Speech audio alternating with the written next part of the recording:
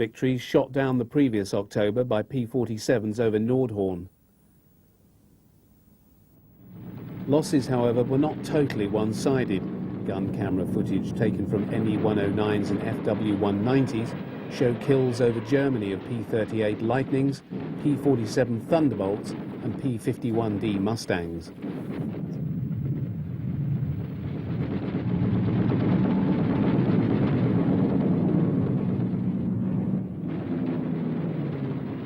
Newsreels shown to German audiences continued to show attacks on the US heavy bombers operating over the Reich.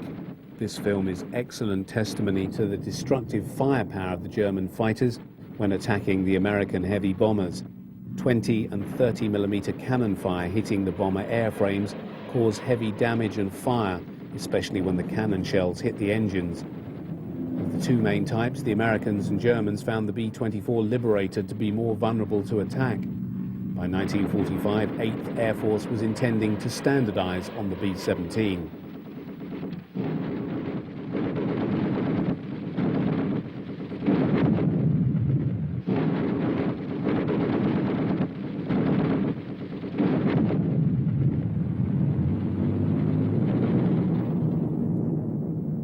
Although now quite long in the tooth and reaching the end of its development life, the Me-109 and its later G and K models was retained in production in 1944 under the Emergency Fighter Program.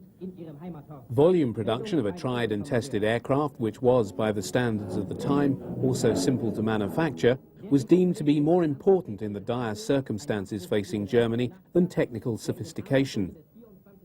The 109 lay at the heart of Adolf Galland's plan for the production of 3,000 fighters per month. Thus, the 109 soldiered on until the end of the conflict, still the most common mount of the Jagdflieger. With the invasion of Italy in 1943, bases became available for the operation of the heavy bombers of the US 15th Air Force. Even though the German army fought a skillful delaying action which slowed down the Allied advance up the peninsula, the skies above Italy could be traversed by Allied aircraft. B-17s and B-24s could take off from southern Italy and fly deep into Austria and Germany. By 1944, there was often coordination between the 8th Air Force in England and the 15th in Italy. An example was on the 22nd of February 1944 when heavy bombers of the 15th Air Force attacked the Messerschmitt Assembly Works at Regensburg. This was done to draw the German fighters southward and away from the raid being mounted by the 8th to the north. German fighter units based in northern Italy, Austria and southern Germany rose to give battle with the bomber formations of the 15th Air Force. The film seen here, showing the air battle between the respective forces, is being conducted over the Italian Alps.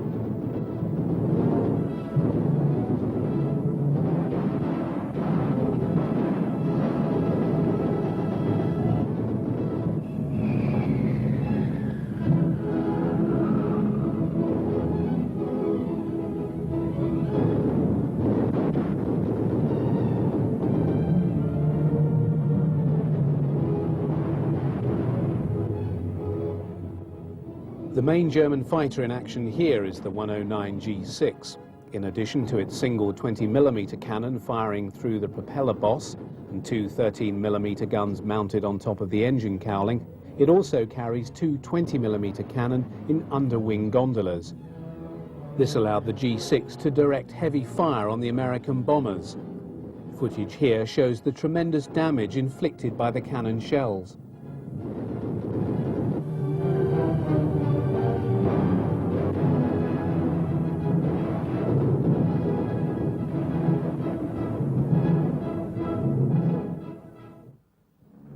The great benefit of the virtual destruction of the Jagdwaffe in the skies over the Reich by US fighters was the negligible role played by the Luftwaffe on D-Day and in the months following. By June 1944, the Jagdwaffe possessed neither the pilots nor machines to make any contribution in support of the Army's attempt to defeat the landings in Normandy. The numbers of German fighters lost in the first 3 months of 1944 amounted to a staggering 3,647 destroyed in combat and in flying accidents. On the eve of D-Day, less than 600 fighters were available to Luftflotte Reich to defend Germany. However, it was the intention to transfer as many as could be spared from Germany to France to contest the Allied landings, even though Germany itself would be rendered totally vulnerable. On June the 6th, the Luftwaffe in France launched 319 sorties against an Allied total of many thousands. Allied air control over the landing beaches was total. Large formations of RAF Spitfires are seen here over the British and Canadian landing beaches, while Thunderbolts and Mustangs gave cover over the US landing beaches. Although German newsreels of the Normandy landing show fighters being scrambled to attack the Allies, the reality was that despite many units being transferred to France, the Jagdwaffe suffered total defeat in the theatre. The few experienced old hands that were left often found themselves leading young pilots with little combat experience, so making them easy prey for experienced Allied pilots. In the absence of the Jagdwaffe, it was left to Luftwaffe flak units to offer protection to the ground forces, and Allied losses over Normandy were noticeable. The large numbers of aircraft engaged on fighter bomber duties operating at low level led to significant losses. US heavy and medium bombers operating in support of the ground troops also fell to German flak, as seen here where an A-20 and B-17G have been brought down. Eine notgelandete Boeing.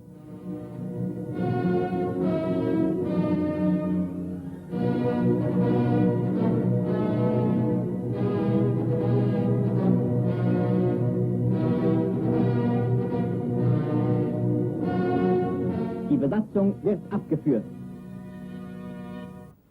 The most effective of all Luftwaffe formations in the Normandy fighting, the Fallschirmjäger, found themselves pitted against the Americans in the Cherbourg Peninsula, where they acquired a reputation as formidable ground troops. They no doubt smiled at the bitter joke aimed at their flying brethren by German ground troops, who observed of aircraft overhead that, if you see a white plane, it's an American, if you see a black plane, it's the RAF, if you see no plane at all, it's the Luftwaffe.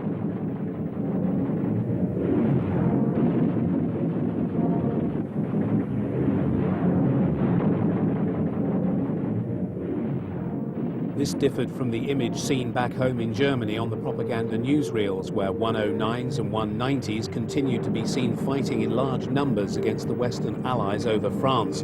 It is clear that much of the footage employed for this purpose was carefully edited using film from an earlier air operation.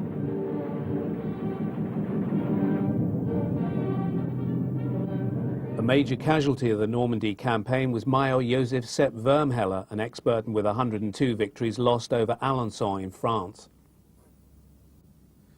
In the summer of 1944, the new Langnese Dora, an FW-190 powered by a Umo inline engine, entered Luftwaffe service. With a maximum speed of 440 miles an hour, it at last gave the Jagdflieger a plane to compete with the Mustang. It was, however, never available in numbers to make a real difference to the air war over Germany. In a last desperate bid to regain the military initiative in the closing weeks of 1944, Hitler ordered the launch of Operation Watch on the Rhine. His intention was to catch the Allies napping by employing two panzer armies to drive through the weakly held Ardennes in a bid to secure the port of Antwerp. With British and Canadian forces isolated from the Americans, he hoped to force the former into a new Dunkirk. He envisaged the Luftwaffe playing a primary role in the offensive. Indeed, single-engine day fighter strength had been raised to a high level by Galland with a view to launching what he called his Great Blow.